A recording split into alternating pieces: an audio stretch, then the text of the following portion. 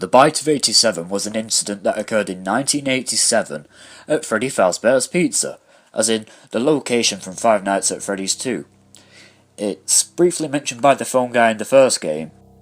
They used to be allowed to walk around during the day too, but then there was the Bite of 87.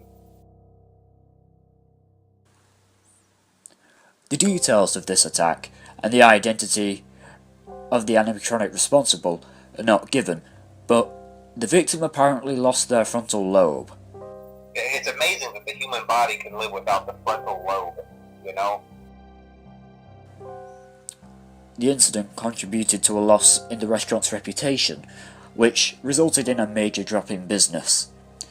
It's likely that the attack occurs during the day, after Night 6 in Five Nights at Freddy's 2. As a result, the animatronics were no longer allowed to wander around the building during the day, only the night to prevent their servos from locking up. So, let's see how I managed to piece together my personal opinion on who caused it, which will be revealed at the end of the list of possible candidates.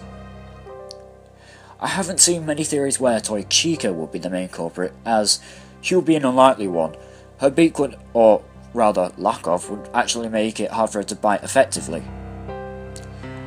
Balloon Boy and the puppet, much like Toy Chica, would be unlikely characters to have caused the bite due to the fact that, well, they both lack a hinged jaw piece. Toy Freddy and Toy Bonnie, these two have been put together because, again, both of them are unlikely for the same reason. Both of their jaws are too flat and dull to effectively bite onto a human's head upon inspection. Now we'll move on to more likely candidates, but still not the one I believe to have yet caused it.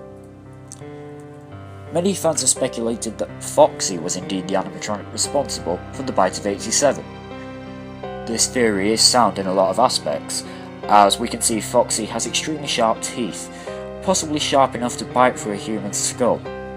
In Five Nights at Freddy's 1, Pirate Cove was noted as being out of order, possibly implying that after the incident, Foxy and the whole attraction was decommissioned. It's also interesting to note that Foxy's jaw appears to be broken. It flaps up and down, as if the hinges on the jawpiece were damaged from the force of biting through the victim's flesh and skull. However, the second game somewhat debunks this theory. All the other animatronics, or also known as the originals, Freddy, Bonnie, Chica and Foxy, were all kept in parts and services and out of, well, service, only used for, well, parts. It's further disproven by the fact that Five Nights at Freddy's 2 serves as a prequel to Five Nights at Freddy's 1. At the end of the game, the toy animatronics were also scrapped due to possible malfunctions, but the older classic models were being kept in hopes of a reopening, just on a smaller budget, which is the reason for the limited power in the first game. So why would they keep an animatronic that not only caused serious injury to someone, but also damaged their reputation and potentially contributed to them closing down? It's more likely that Foxy was simply in a state of disrepair at the time. Another common theory is that it was Freddy Fazbear himself who caused the bite. In this image on screen, one can clearly see on the right side that there is a handprint on Freddy, which may imply struggle as he bites the victim, as if to try and force him off. However, this handprint is actually implied to be from the purple guy, rather than the victim. Much like the original Foxy, Chica and Bonnie, Freddy was most likely in parts and services at the time, which also rules him out. The point also once again stands as to why they'd keep an animatronic which would cause such damage to not only some poor fucker's brain, but also to the restaurant's reputation. Despite this, if the victim was an employee, or even Jeremy Fitzgerald, more on that later, then it is possible, even if a bit of a stretch, that the original animatronics caused it. If said employee or Fitzgerald went into the parts and service room or found the animatronic out of place, it may have attacked, but like I've said twice, why would they keep it? Also, I might as well say it at this point. Many people believe the victim to have been a child. However, I believe this to be wrong. it's disproven by Nightfall's call in the second game. They interact with the kids just fine, but when they encounter an adult, they just stare. Mangle is in fact my main culprit. The reason for this is due to its jump scare animation. It swings from the ceiling and opens its jaw extremely wide as if to bite the player, and it should be noted that it appears to attack the forehead, where the frontal lobe is of course located.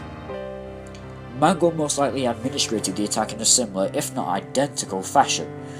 This theory is also supported due to Mangle originally being in fact Toy Foxy, as the toy variants were scrapped after the second location's closure. So, why would Mangle or any animatronic attack someone? Well, here's my theory. Many who also believe it to be Mangle may think that due to it constantly being pulled apart by kids, it may attack one as it grows to hate them, but as I said earlier, this is somewhat debunked by They interact with the kids just fine. Therefore, it's safe to assume that they like kids. However, it's also implied that the missing children incident occurs around Five Nights at Freddy's 2. Someone used one of the suits. We had a spare in the back, a yellow one.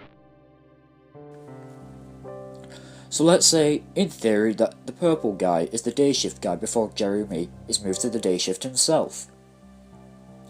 This implies that the day shift guy has been let go after being involved in something, due to the way the phone guy hesitates, which also implies that he's not exactly revealing everything he knows. I mean, this is the phone guy after all. From what I understand, the building is on lockdown. No one is allowed in or out, especially concerning any previous employees. When we get it all sorted out, we may move you to the day shift. A position just became available. So, if the day shift guy is indeed who the purple guy is, then who's to say the animatronics, or at least the one who caused the bite, didn't witness the murders?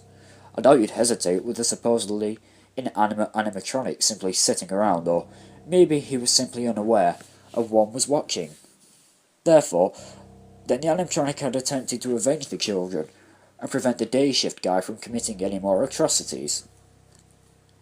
But by the time the animatronic had carried out their attack, the day shift guy was no longer there, but instead, Jeremy Fitzgerald was, having replaced the other guy.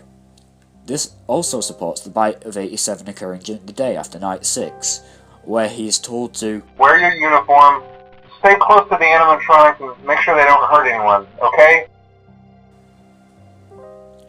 The latter part of his instructions may also possibly be foreshadowing of his fate of becoming the victim of the bite of 87. Also, in Night 4, he was told, but the characters have been acting very unusual, almost aggressive toward the staff.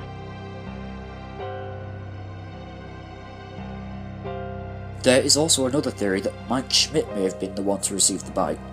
Say, if he was present at the party. He would have been left mentally handicapped, which would explain how the restaurant hired him for less than minimum wage.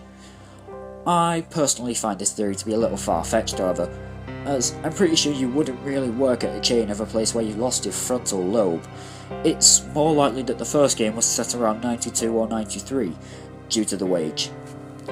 On a side note, chances are that the frontal lobe wasn't completely removed from the victim, as they would most likely die from bleeding to death, before medical attention would be able to be provided, and it's stated that the victim did in fact survive. It's more likely that they just caused irreparable damage. Well, that was an awful lot to talk about, but now I've given you my thoughts on the bite of 87. If you think it was another animatronic or another victim or anything, or you just have another theory altogether, please feel free to share your thoughts in the comments below. Thanks for watching, I'm Ferret, and I'll see you all next time.